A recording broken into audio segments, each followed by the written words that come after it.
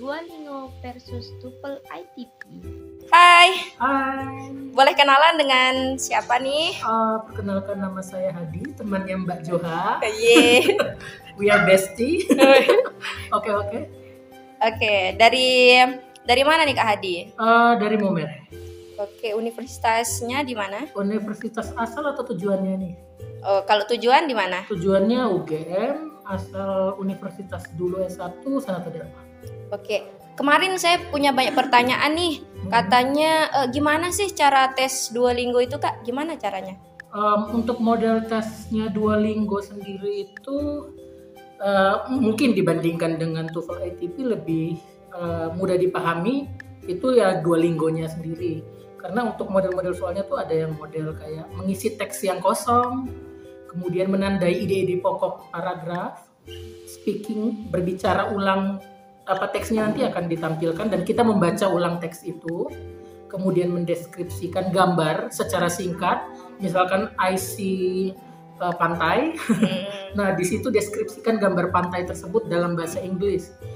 Bebas mau simple past, present atau terserah lah. Yang penting jadi satu kalimat. Kemudian ada wawancara juga, tapi di situ bebas juga mau berbicara apa, karena nanti mereka menentukan misalkan salah satu topiknya misalkan tentang sinema. Ke bioskop biasanya kamu suka nonton apa? Nah, di situ dijelaskan dalam bahasa Inggris. Oh, saya suka nonton ini misalnya I watch Harley Quinn and the Joker. Nah, di situ kalian harus menjelaskan hal-hal tersebut. Kemudian ada beberapa paragraf-paragraf panjang, tapi jangan takut dulu. Satu paragraf itu biasanya ada 6 nomor. Nah, di situ kita cuma nge-lock aja. Misalnya open. Nah, klik saja kalimat yang mengandung open itu tuh sebagai jawabannya kalian tadi tuh. Nanti langsung disubmit setelah selesai. Kurang lebihnya seperti itu sih. Oke, pertanyaan kedua Kak. Apakah Duolingo itu menggunakan komputer atau tulis tangan Kak? Duolingo itu berbasis komputer. Jadi nanti siapkan sendiri komputer kalian masing-masing. Usahakan laptopnya sendiri itu sudah punya kamera yang baik dan punya speaker yang baik.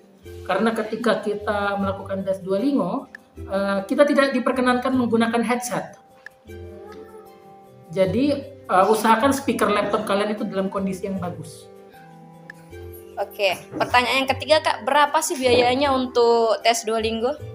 Kalau untuk kisaran sekarang sekitar 700-an, masih di bawah 800 lah. Worth it ya kalau lumayan. Kenapa Duolingo itu bisa jadi salah satu opsi? Karena kalau tes Duolingo itu sendiri, ketika misalkan kita mengambil tesnya di pagi hari, di jam 8 misalnya, nah hasilnya itu malamnya udah langsung keluar beserta dengan sertifikatnya. Wah, cepat sekali ya. Iya. Oke, untuk mendapatkan skor impian di LPDP, apakah mudah menggunakan Duolingo itu Kak? Itu sih relatif sih. Ya. Tapi kalau misalkan dari Duolingo sendiri itu punya semacam kayak pretest gitu.